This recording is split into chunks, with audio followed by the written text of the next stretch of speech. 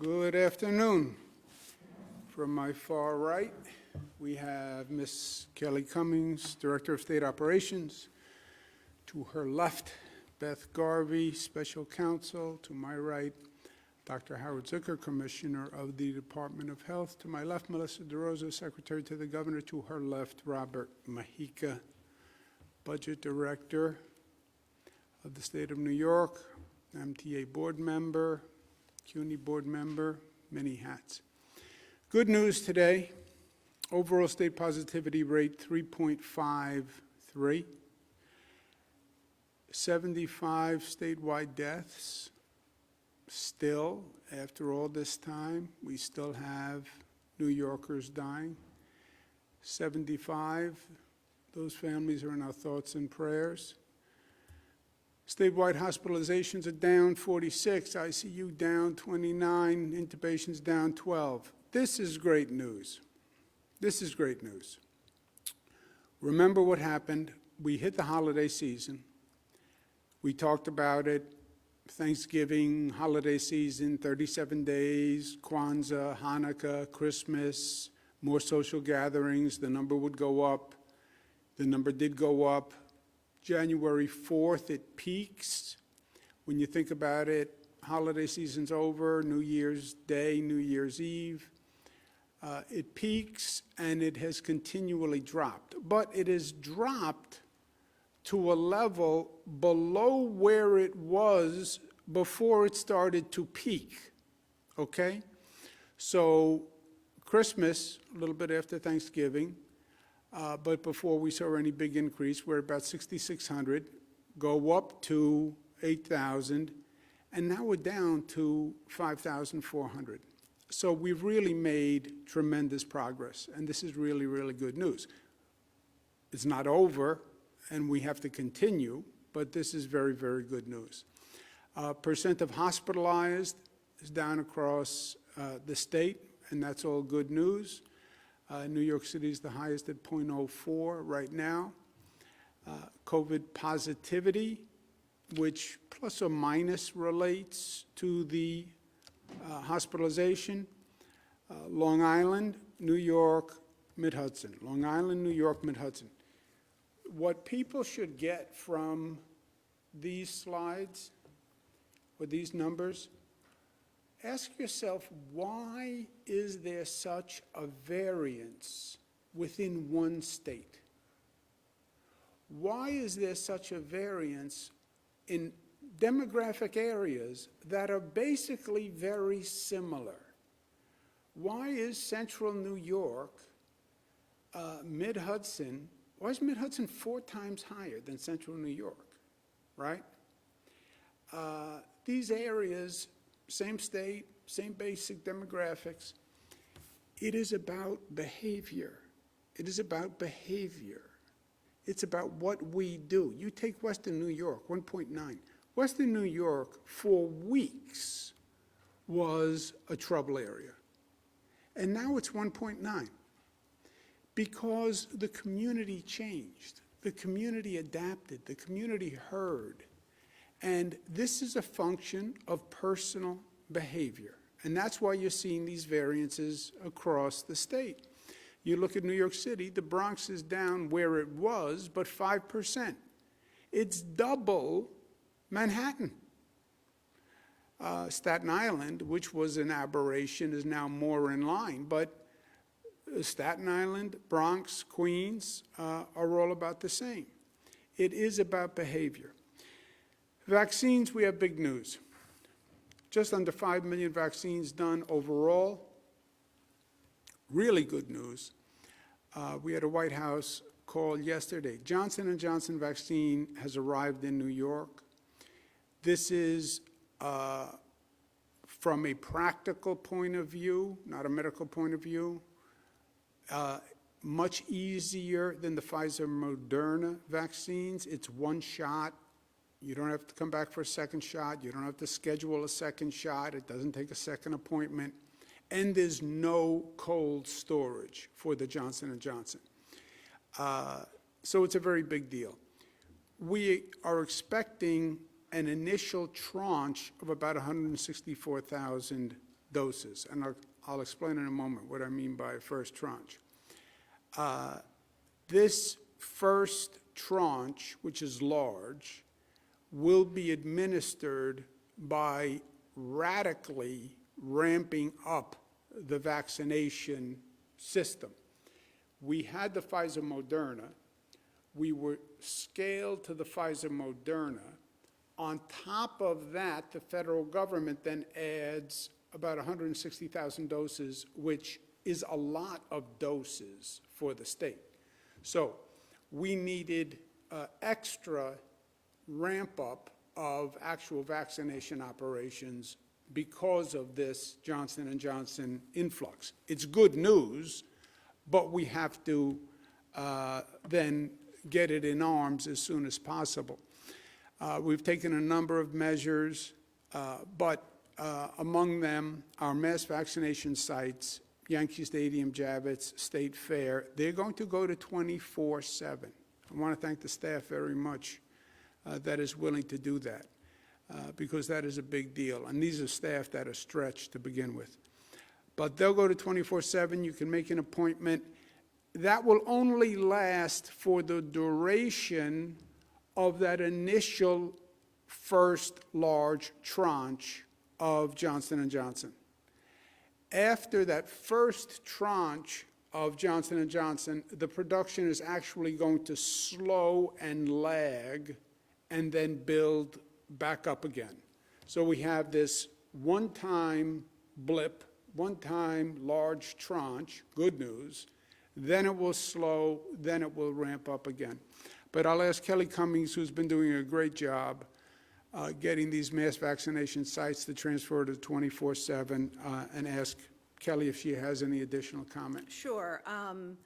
Yankee Stadium will begin operations tomorrow night, Thursday night. The appointments open this morning.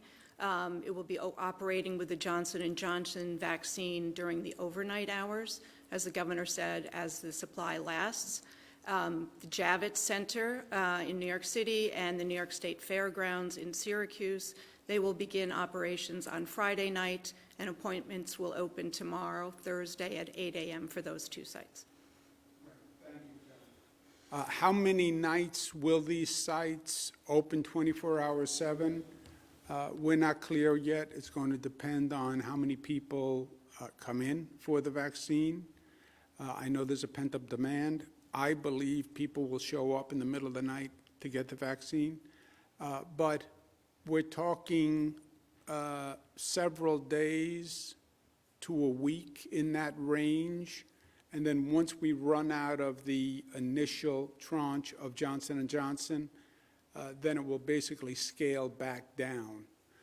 We're also using other mechanisms to get out the additional doses, pharmacies, FQHCs, local health departments, and hospitals. Because remember, on top of the Johnson & Johnson, we also have an increase in the Pfizer-Moderna vaccines. The Biden administration has increased the percentage of vaccines about 70% since they've taken office. It's really amazing what he has done. But again, the Johnson & Johnson increase is a one-time infusion, then a brief lag in production, then an increase. The overall picture is that President Biden says there'll be a vaccine supply for all Americans by the end of May. Now, it was the end of July. He's now moving it up to the end of May, and that is a very significant increase. Apparently, using the Defense Production Act, they have accelerated the production of the vaccine. And Johnson & Johnson and Merck have formed a partnership. So Merck is going to help produce a Johnson & Johnson vaccine. Normally, drug companies don't play nice like this. But the president used the Defense Production Act. This is going to dramatically increase the production. This is what's allowing them to move up the schedule until May. The president also says prioritize teachers. And he wants the states and then the local governments directed by the states to prioritize teachers. I believe President Biden is right. we need children back in classrooms. Children not in classrooms hurts the child, it hurts their socialization, it puts additional stress on the family. Every expert will say it. As soon as you can get children back in the classroom, get them back in the classroom. We have classrooms where the infection rate is much lower than the surrounding community. The teachers need and deserve a right to feel safe. They do. And even before President Biden said this, I said last week, local governments must report on how many teachers are vaccinated and coordinate with the school districts to report how many teachers are in the classrooms. In other words, I believe a teacher could say, I want a vaccine before I go into the classroom. Okay, how many teachers have we vaccinated and how many are in classrooms? For cities, this information is easy to gather because the city is coterminous with the school district. Other areas, you'll have school districts overlapping counties, so they'll have to call the school districts and get the data. But this is President Biden's point. He wants a prioritization of vaccination for teachers because he wants teachers in the classroom. Now, you have a lot of prioritizations going on in this vaccination process. Nursing home residents were prioritized.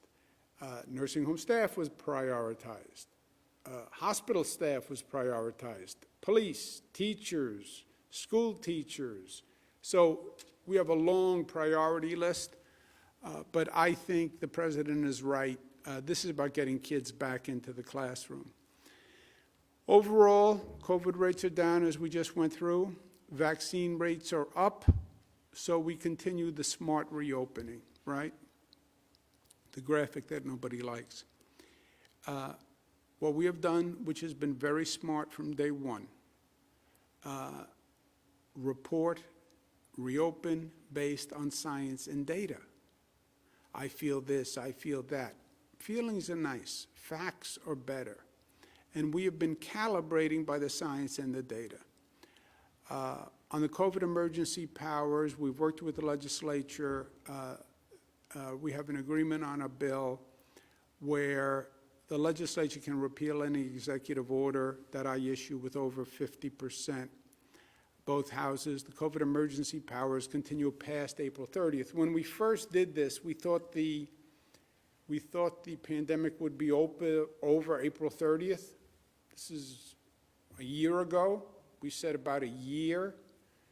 At that time, it was implausible to think it was going to go beyond a year. It's gone beyond a year, and it's not going to end by April 30th. So they're going to extend, the legislation extends the emergency power to the point where the federal government declares an end to the pandemic, which the federal government does. It controls funds, et cetera. We have more time in this situation, by and large. We'll give the legislature notice of any changes that we're making 5 days prior to effect. If it is an emergency change, as determined by the Department of Health, then it will be a shorter period of time. I don't remember exactly what it was. Do you remember what it was, Beth? Will give notice as soon as possible. Okay. And during the 5 days, there'll be legislative consultation on the change orders that we make during the 5 days. And again, whatever order I put in place, the legislature can repeal it in 24 hours or whenever they choose, and that's always been the way. Travel guidance: domestic travelers are no longer required to quarantine or test out within the 90 days of full vaccination. International travelers, you have to continue to follow the CDC quarantine guidelines. Gathering limits, we're going to change, and let me go to Rob, who's done a lot of work on this. So beginning March 22nd, for residential gatherings, the indoor limit remains the same. Outdoor limit goes from 10 to 25 outdoor, which is consistent with some of the states around us. The social gathering limit for public spaces on indoor events goes from 50 to 100, and then for outdoor events, it will go from 50 to 200. So all of those will still also require social distancing as well as mask requirements. And then beginning on April 2nd, we've started with opening large event spaces, which was 10,000 or more for arenas, starting with the Buffalo Bills. Subsequent to that, last night, the Rangers had a couple of thousand people at their game. Nets last Saturday also held a basketball game using those guidelines that we got from the Buffalo Bills. So following from that, for event spaces that are less than 10,000, those can begin reopening at 33% capacity with up to 100 people indoors and again 200 people outdoors. Again, there still will be guidance for social distancing and masks. If we want to go above those limits, you can go up to 150 people indoor with testing requirements for going from 100 to 150, and then for outdoor events, up to 500 people outdoors with testing. And again, social distancing and face covering will be required by all of the attendees. Rob, can you please mention the Empire Pass program?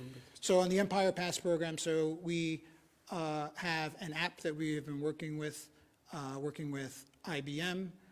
On that app, when you get tested, if with your consent, the results of that test will be ported automatically to the app, and then you can then show proof of a negative test upon entrance to any of these events that require testing. That app has been tested right now, both at Barclays and at Madison Square Garden, and those tests have been successful. So once we get the approvals, the app will be available for download on both platforms, on Google and Apple platforms, people to download to their smartphones. And that will allow someone to show the result of their test, whether it be a PCR test, which will be valid for up to 72 hours, or a rapid test, which will be valid for 6 hours. In addition, though, if you don't want to use an app, you will be able to download a paper result of your test that you can then print out and use that to demonstrate your negative test. So again, this was all tested, started with the Bills games. It has been tested at 2 events recently. The most recent one as early as last night. And that will be available, and we'll start rolling that out, again, beginning within a week. And you can use that to go to some of these events when we want to get to the larger numbers, like I said, to go to 150 for indoor events or up to 500 people for outdoor events. Great. Thank you very much, Robert. Foundation to reopening. We talk a lot about reopening and the valves and getting the economy back. Foundation to reopening is public safety. People don't think of it that way. But a community is not going to thrive if people don't feel safe. After the George Floyd murder, we have had localities working on reforming their public safety plans. Mr. Floyd's death was really just a point where there was an explosion of frustration. And we said to every local government, we're not telling you what to do, but if you have a public safety department, you have to put everyone at the table, have a collaborative, come up with a reformed public safety plan. Cities are doing fantastic work and creative work, but not all of them are doing it. If they don't do it and we get to the budget, then there are going to be significant sanctions on the city. Please, you have 29 days. I know it's a hard topic. I know people would rather stay away from it, but public safety is one of the top priorities for any mayor, for any county executive, any supervisor. Public safety is a top priority. Yes, it's hard. Yes, it's sticky. Yes, it's controversial, but it's also the job. The light at the end of the tunnel is in sight. but we can't stop driving now. We've had critical moments all through this period, but this is one of the most critical moments, in my opinion. We have a number of things going on. We have a massive ramp-up of the vaccine operation by May. When President Biden says, oh, by the way, I've found a way to produce millions more doses, that's great news. But now you have to ramp up a vaccination operation that goes from the end of July to May in a very large state, which is what New York is. That's a challenge. The variants are still here. Don't think that there isn't an ever-present danger. And these variants are not just here. The variants are created all the time. The virus mutates all the time. And it's very possible that there's a mutation to the virus that is going to require a different type of booster shot. That's why this is so important to get all those vaccines done now, because the vaccines can protect you from the variant. But that is a lingering danger we're dealing with. And then you have the New York recovery, rebuilding, and finances. When you deal with a storm, the first step is the emergency response to the storm. There's a hurricane. Keep everybody safe. Get people in out of the cold. Second step is the water recedes, and now you see the damage that you have to rebuild. The damage to this state, to this city, is extraordinary. And we're going to have a lot of work to do. And this is all happening at the same time. Environmentally, we can't relax too soon. I get it. COVID fatigue. Everybody wants all restrictions gone. Everybody does. Yes, but you also have to be smart about the reopening. In my opinion, some states are going too far, too fast. And that is a danger because COVID is still a risk. And you relax those restrictions too far, you will see the beast rise up again. Smart, New York tough, smart, united, disciplined, loving. Let me make an unrelated announcement, if I can. I want to address the recent allegations that have been made against me. As you probably know, the Attorney General is doing an independent review, and I will fully cooperate with that review.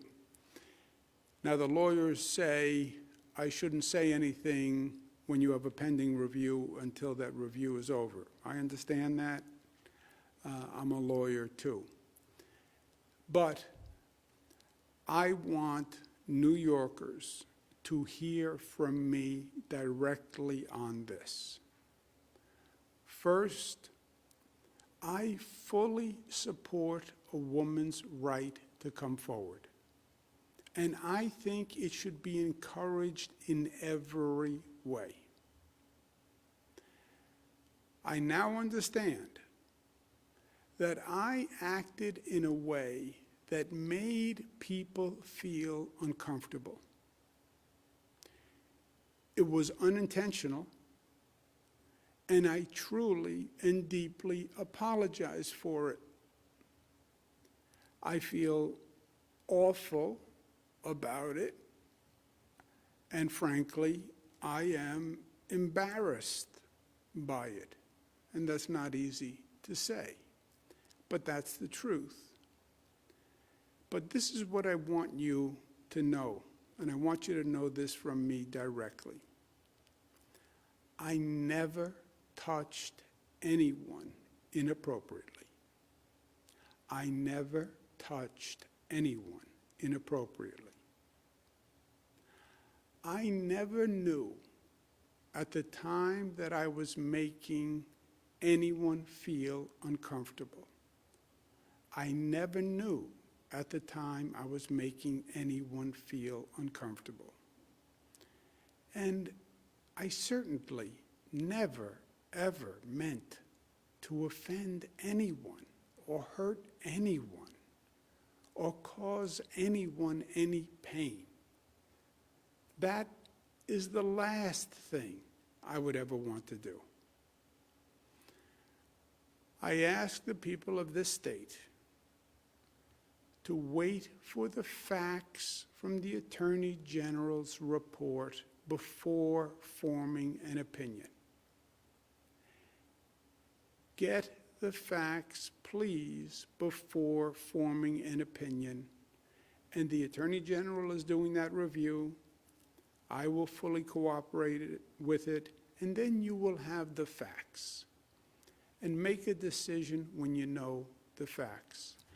I also want you to know that I have learned from what has been an incredibly difficult situation for me as well as other people. And I've learned an important lesson. I'm sorry.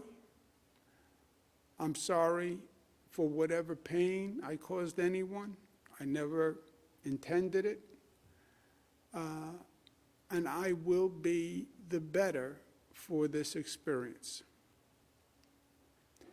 Thank you. Questions? Thank you, Governor.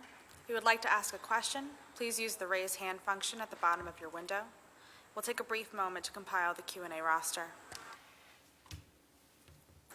Governor, your first question comes from Marcia Kramer of WCBS. Marcia, your line is now open. Please unmute your microphone. Governor, can you hear me? Marcia Kramer, the Dean of the Delegation. So, Governor, I have actually two questions.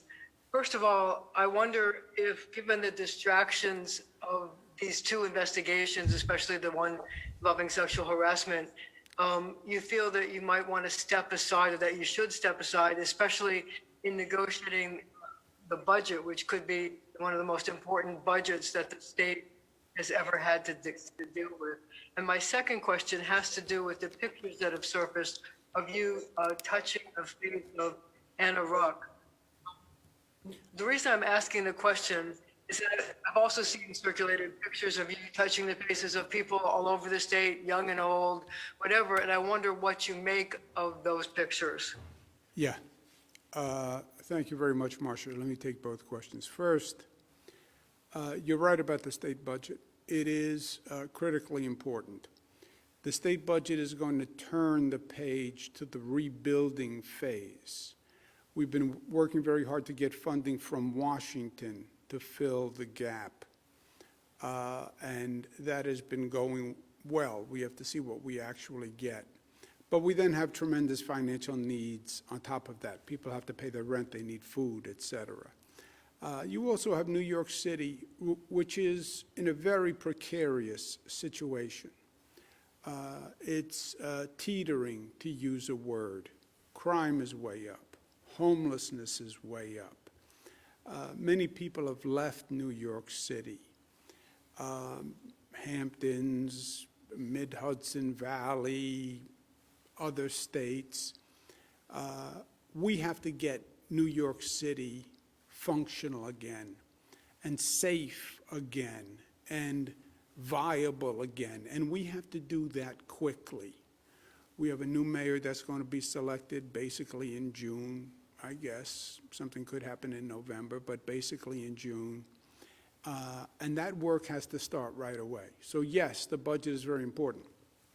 Having said that— Should you step aside, though, and let somebody else handle it? Yeah, having said that, I'm going to cooperate with the Attorney General's investigation and do the budget. Remember, we did a budget last year in the spring in the heat of COVID, where it was the most intense period of my life, of this government's life, of this state's life. And we did both. and we'll do both here. On the pictures, Marcia, I understand the opinion of and feelings of Ms. Ruhr. And you are right. You can find hundreds of pictures of me making the same gesture with hundreds of people, women, men, children, etc. You can go find hundreds of pictures of me kissing people, men, women. It is my usual and customary way of greeting. You know that because you've watched me for, let's just say, more years than we care to remember. By the way, it was my father's way of greeting people. You're the governor of the state. You want people to feel comfortable. You want to reach out to them. I do it. I kiss and hug legislators. I was at an event in Queens the other day. Hugged the pastors and the assembly members who were there. So that is my way to do that. However, what I also understand is it doesn't matter. It doesn't matter my intent. What it matters is if anybody was offended by it. And I could intend no offense, but if they were offended by it, then it was wrong. And if they were offended by it, I apologize. And if they were hurt by it, I apologize. And if they felt pain from it, I apologize. I apologize. I did not intend it. I didn't mean it that way. But if that's how they felt, that's all that matters, and I apologize. Next question, operator. Governor, your next question comes from Dave Evans from WABC. Dave, your line is now open. Please unmute your microphone. Hey, can you hear me okay? Yeah, Dave. Governor, I just wanted to ask you, with all these calls in the last couple of days calling for your resignation from some Democrats, certainly not all Democrats, but some Democrats, is today, since you've been gone for about a week, is this your way of saying, I'm certainly not resigning? Yeah. Dave, look, some politicians will always play politics, right? That's the nature of the beast. I don't think today is a day for politics. I wasn't elected by politicians. I was elected by the people of the state of New York.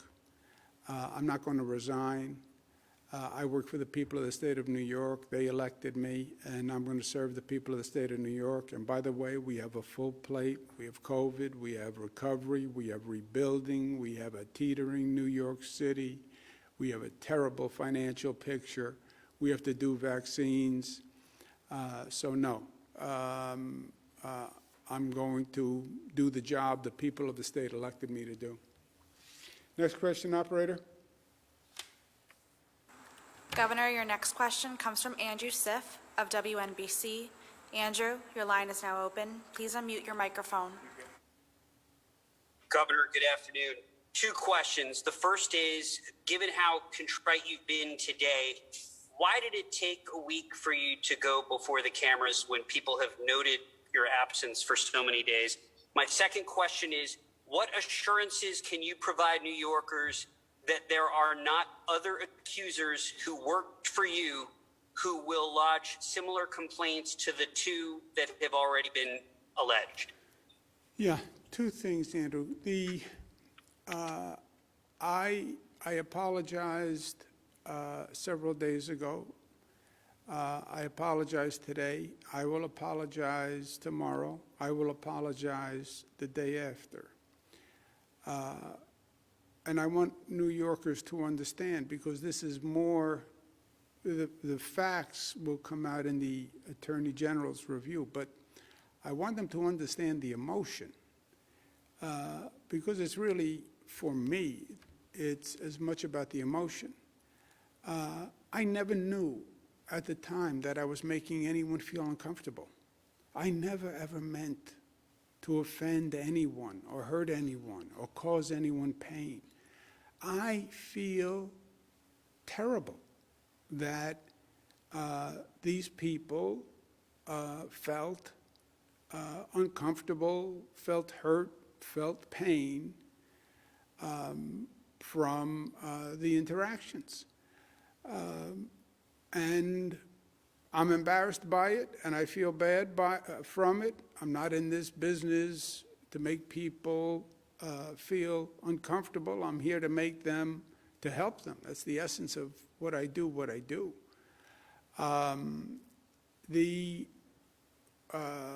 I do not believe I have ever done anything in my public career that I am ashamed of. I didn't know I was making her uncomfortable at the time. I feel badly that I did. And I'm going to learn from it. Marcia asked me about, my usual custom is to kiss and to hug and make that gesture. I understand that sensitivities have changed and behavior has changed. And I get it, and I'm going to learn from it. Next question. Governor, your next question comes from Karina Jerry of WUTR. Karina, your line is now open. Please unmute your microphone. Thank you, Governor. Hi, how are you? Good, how are you? I'm good. So I actually have two questions. My first one is, if a member of your administration had done what you are currently accused of and have admitted to, what would you tell them and what would be a satisfactory disposition for you? Well, let's be clear on the facts. First, we haven't gotten the facts. Let the Attorney General do a review and let's get the facts. And that's what I said in my statement to New Yorkers. I'm a former Attorney General. I've been through a situation too many times where everybody has an opinion because they read this, and then all of a sudden the facts come out and it's a different situation. So wait for the facts before you form an opinion. And as I said, my behavior here, I never touched anyone inappropriately. I never knew at the time that I was making anyone feel uncomfortable. And if I ever did make people feel uncomfortable, which I now understand that I have, I apologize for it. But then let the Attorney General's office actually review the facts. Next. Yes, thank you. Thank you. Okay. Thank you. Next question, operator. Governor, your next question comes from Jeff Kulikowski of WSYR. Jeff, your line is now open. Please unmute your microphone. Hi, Governor. I was curious, and I know you said and apologized several times this afternoon. Who were you apologizing to? I was apologizing to the young woman who worked here who said that I made her feel uncomfortable and in the workplace. Were you also speaking to New Yorkers, Governor? Oh, to New Yorkers, I am saying that I'm embarrassed by what happened. I wear a pin that says pride, integrity, performance. That's what it says on the pin. You can't read it. Pride, integrity, performance. So I'm embarrassed that someone felt that way in my administration. I'm embarrassed and hurt, and I apologize that somebody who interacted with me felt that way. Again, I didn't know at the time I was making her feel uncomfortable. I never meant to, but that doesn't matter. If a person feels uncomfortable, if a person feels pain, if a person is offended. I feel very badly about that, and I apologize for it. There's no but, you know. I'm sorry. Let's take one more question, operator. Governor, your next question comes from Jennifer Lukey of WHEC. Jennifer, your line is now open. Please unmute your microphone. Good afternoon, Governor. I actually have two questions, one for you and one for Melissa. Governor, have you yourself taken the sexual harassment training required by New York that all employers are to give to their employees? And Melissa, as the highest ranking woman in state government right now, and someone who interacts with the governor on a daily basis, how do you feel about these allegations against him? And what is your message to women who see you in your position and see these allegations against the governor?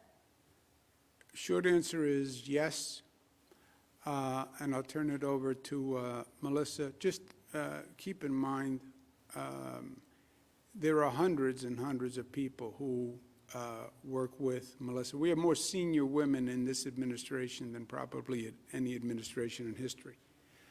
But I'll ask Melissa to respond. Again, I would just ask that everyone refrain from judgment until the Attorney General is allowed to do her work. We've asked her to come in. Everyone's going to fully comply with that. But I am incredibly proud of the work that this administration has done to further women's rights, to expand protections for women in the workplace, out of the workplace, maternal health, reproductive health. The list goes on and on and on. And I'm also proud that in my time as secretary, we've seen more women rise to highest levels in terms of commissioners and senior staff levels. And we've promoted each other and we've supported one another. And I don't think that this diminishes any of that. And I look forward to continuing the work that we're doing in order to continue to further the women's agenda and strengthen women's rights for all New Yorkers. Okay. Thank you all very much. Have a good day. COVID numbers are good. Still be smart. Thank you.